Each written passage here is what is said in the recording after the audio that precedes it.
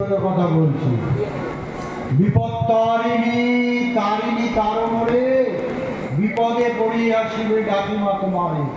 কি কব তোমারে উক্তি ও মহর যায়া, বিপদে পড়েছি শিবে রাখো মহামায়া। বিপদ তারিণী তুমি মা শিব, করিব তোমার ব্রত যতকাল জীব। বিদর্ভ দেশের রানী হৈমবতী কাতর হয়ে কোনো উপায় না দেখে মহাশক্তির আরাধনা করছিলেন, প্রার্থনা করছিলেন এইভাবে। কেন না, তার রুচিসই তার জন্য গোমাংস ভরা পাত্র তার খাটের তলায় রেখে দিয়ে গেছিল। এক দাসী সেটা দেখে রাজামশাইকে খবর দেয়। রাজামশাই শুনে সঙ্গে সঙ্গে আদেশ দিয়েছেন, যে কাজ করেছে তার গর্দান যাবে। এবারে রানী সেই নির্দেশ শুনে এইভাবে ভাবলেন যে পুরাকালে শুনেছি দেবতারা বারবার বিপদে পড়ে মহাশক্তির স্মরণ নিয়ে বিপদ থেকে উদ্ধার পেয়েছিলেন। তা আমিও দেখি না কেন সেই মহাশক্তির স্মরণ নিয়ে এই মহা বিপদ থেকে উদ্ধার পাই কিনা, আমার মুচিশ্বরের প্রাণ বাঁচাতে পারি কিনা, আমাদের রাজ পরিবারের মান সম্মান রক্ষা করতে পারি কিনা।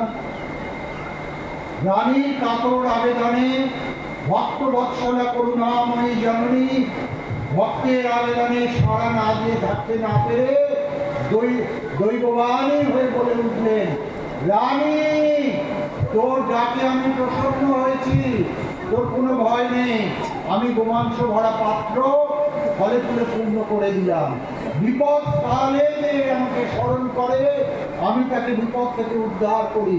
তাই আমার এক নাম বিপদ তারিণী চণ্ডী।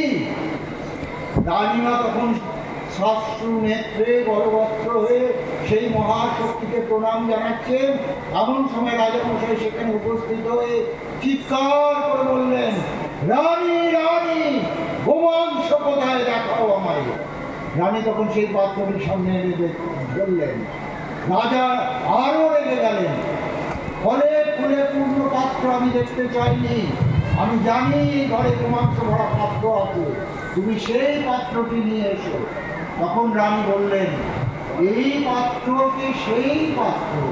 আমার মুচিশয়, আমি গোমাংস কোনোদিন দেখিনি, তাই আমার শ্রাপ পূর্ণ করতে এই পাত্রে করে গোমাংস এনে রেখে দিয়েছিল। কিন্তু আপনার নির্দেশ আমার কানে আসার পরে আমি মহাশক্তির স্মরণ নিলাম, তারই কৃপায় সেই গোমাংস ভরা পাত্র ফলে ফুলে পূর্ণ হয়ে গেছে। রাজা শুনে নতজান হয়ে বলবস্ত হয়ে করজোড়ে সেই মহাশক্তির উদ্দেশ্যে বললেন, হরবল্লভে, হর মনোরমে, হর প্রিয়ে, হর জায়া, তোর এত কৃপা মা, তোর এত করুণা, ভক্তের মান রাখতে, ভক্তের প্রাণ বাঁচাতে মহাশক্তি হয়ে অস্পৃশ্য গোমাংস ভরা পাত্র ফলে ফুলে পূর্ণ করে দিতে তোর বাঁধল না মা? আমিও প্রতিজ্ঞা করছি, আজ থেকে যতদিন বাঁচব এই দিনটিতে পূর্ণ ফল আর ফুল দিয়ে তোর পুজো করব, তোর ব্রত পালন করব, আর তোর ব্রত প্রচার করাই হবে আমার বাকি জীবনের একমাত্র মহাব্রত। কোন দিন? আষাঢ়স্য শুক্লপক্ষ দ্বিতীয়া পর এই ব্রত আচরিবে দশমীর ভিতর। পূর্ব দিনে নিরামিষ খাবে একবার, এই ব্রত আচরিবে শুধু মঙ্গলবার। মঙ্গলবার কেন না, মঙ্গলবার হলো চণ্ডীর বার। বিগতকালীন দুর্গাব্রত দুদিন হয়, মঙ্গল শনি, শনিবার গৌরাজার বার। ব্রতির ব্রত করতে কোনো ত্রুটি হলে, অপরাধ হলে হয়তো গ্রহরাজার কোপে পড়তে পারে। তাই মায়ের নির্দেশ, মঙ্গলবার আমার বার, এই দিন প্রতিদিন ব্রত করতে বলবে। আজ ৯৭ বছর ধরে এইখানে এই ব্রত হচ্ছে। পূর্ব রথের দ্বিতীয়ায় রথ, আষাঢ়স্য শুক্লপক্ষে দশমী উল্টো রথ, তার মাঝখানে যে মঙ্গলবার সেই মঙ্গলবারে এই ব্রত হয়। ত্রয়োদশ গ্রন্থিযুক্ত রক্তবর্ণ ডোরে নরে নারী সবে ধরে দক্ষিণা করে। গোমাংসের চিহ্ন দিয়ে ১৩টা গাঁট যুক্ত ডোর তৈরি হয় সারা বছর ধরে। 3 দিন 3 রাত মায়ের পুজোর আগে মায়ের বেদিতে জমা রাখা হয় মায়ের পায়ের কাছে। সেই দৌড় আজকে প্রথম পুজোর পরে আপনাদের জন্য বার করে দেওয়া হয়েছে। আপনারা সারা বছর সংগ্রহ করতে পারেন, সারা বছর করবেন। খেয়াল রাখবেন ডান হাতে, বাম হাতে নয়। কবজিতে না পড়াই ভালো, পায়ে লেগে যেতে পারে। আর যদি একান্ত অসুবিধা হয় বাড়িতে রেখে দেবেন। কোনো বিপদ আপদ, কোনো শুভ কাজ অশুভ সব সময় মায়ের স্মরণ নেবেন, গোটা মাথায় কাটাবেন, অঞ্জলি দিন, বলুন দুর্গা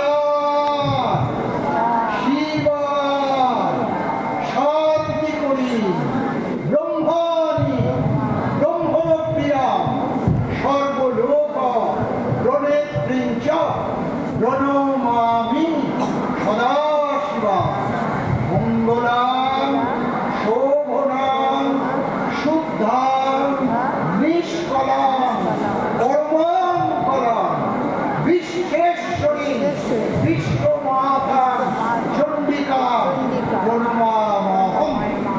এইসব পুষ্পাঞ্জলি মনোবিষ্ট পূর্ণ কল্পে, মনের শান্তি কল্পে, সংসারের শান্তি কল্পে, লোহর শান্তি কল্পে, শুদ্ধা ভক্তি কল্পে, জ্ঞান অর্জন কল্পে, কর্মের উন্নতি কল্পে, ম্যাগ মুক্তি কল্পে এইসব পুষ্পাঞ্জলি গৃহাণ পরমেশ্বরী জগজ্জননী আদ্যাশক্তি বিপত্তারিণী চণ্ডিকা ওই নমশ্চণ্ডী চণ্ডী মঙ্গলচণ্ডী বিপত্তারিণী চণ্ডিকে সর্বানন্দ করে দেবী নারায়ণী নমস্তুতে।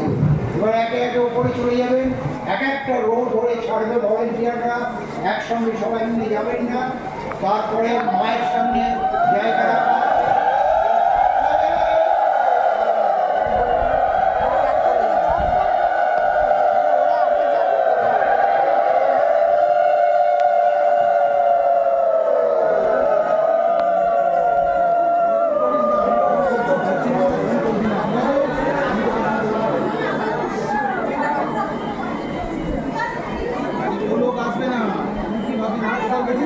তাহলে ওখানে দাঁড়ালেই ভালো করতো,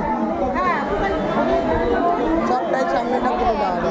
দাঁড়ান না, ওরা যাবে আবার পর পর ছাড়বে, একই জায়গায় যাবে, ওরাও যেখানে যাবে আমরাও সেখানেই যাবো। মঞ্জুরি ফুলগুলো এখানে কোথাও দেবেন না, উপরে